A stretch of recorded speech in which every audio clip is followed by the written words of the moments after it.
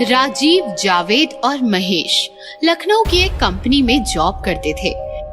वे तीनों कॉलेज में एक साथ थे और बहुत ही अच्छे दोस्त थे।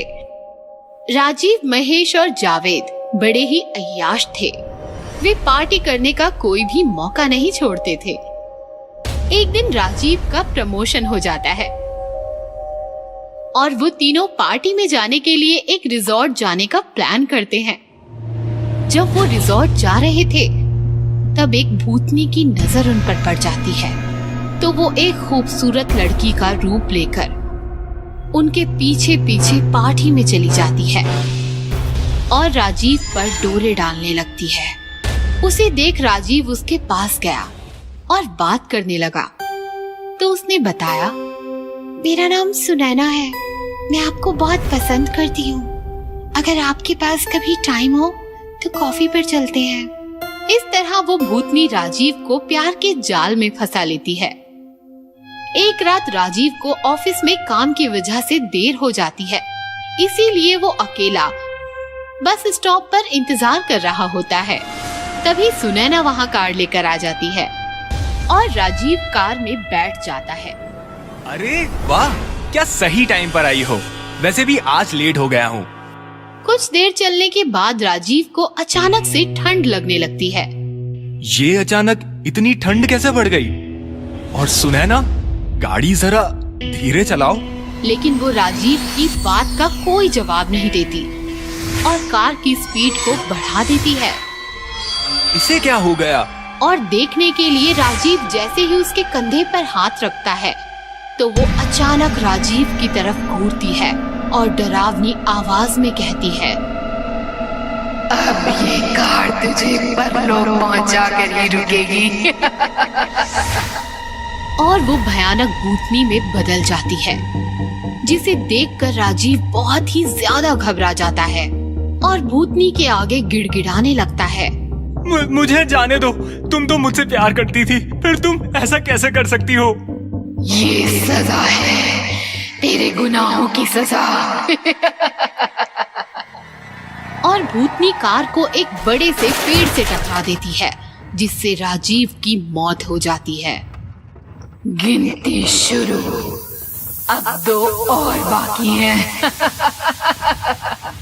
फिर वो भूतनी फिर से एक सुंदर लड़की का रूप लेकर जावेद को भी अपने प्यार में फंसा लेती है और एक रात उसको भी मार देती है। जावेद और राजीव को मारने के बाद भूतनी महेश को जाल में फंसाने की कोशिश करती है, पर अपने 2 दोस्तों को खोने के कारण महेश अकेला हो जाता है और सारी अय्याशियां छोड़ देता है। इसीलिए वो भूतनी एक काम वाली का रूप लेकर महेश के घर काम के लिए चली जाती है, ताकि मौका मिलते ही उसे भी मार सके। काम वाली के व्यवहार को देखकर महेश की पत्नी रानी को शक होता है और वो काम वाली पर नजर रखने लग जाती है। एक रात रानी को घर में कुछ हलचल महसूस होती है। जब वो जाकर देखती है तो काम वाली भूतनी के रूप में बदल जाती है और महेश के शरीर से खून पीने लगती है, जिसे देख रानी के पैरों तले जमीन खिसक जाती है और वो जल्दी से मदद के लिए एक ओझा को बुलाती है। ओझा आते ही हवन शुरू करता है और घर में राख फूकने लगता है। ओम हम ग्रम, ओम हम ग्रम। ए काली आत्मा, इस घर को छोड़कर चली जा। तभी भूतनी बाहर आ जाती है। ओझा, तू मेरे बीच मत आ, नहीं तो तू बेमौत मारा जाएगा। तभी ओझा भूतनी पर राख की पोटली फेंक देता है। उससे उसका शरीर जलने लगता है। बता, तू इसे क्यों परेशान कर रही है? बता। इन लोगों ने मेरे प्यार को छीना है। एक दिन मेरे पति काम से घर लौट रहे थे, तभी ये तीनों दोस्त शराब के नशे में गाड़ी चला रहे थे। ये तीनों इतने नशे में थे कि इन्होंने मेरे पति को कार से कुचल दिया और किसी को पता नहीं चले, इसीलिए सड़क के पास ही दफना दिया। मेरे पति के सिवाय इस दुनिया में मेरा कोई नहीं था। उनके मौत के दुख में मैंने आत्महत्या कर ली और मैं भूत बन गई। इसीलिए ओझा, तू इस पापी को बचाने की कोशिश मत कर। ये कहते हुए भूतनी महेश को साथ लेकर हवन कुंड में कूद जाती है और अपने साथ महेश को भी जलाने लगती है। ये देख महेश की पत्नी भूतनी से माफी मांगने लगती है।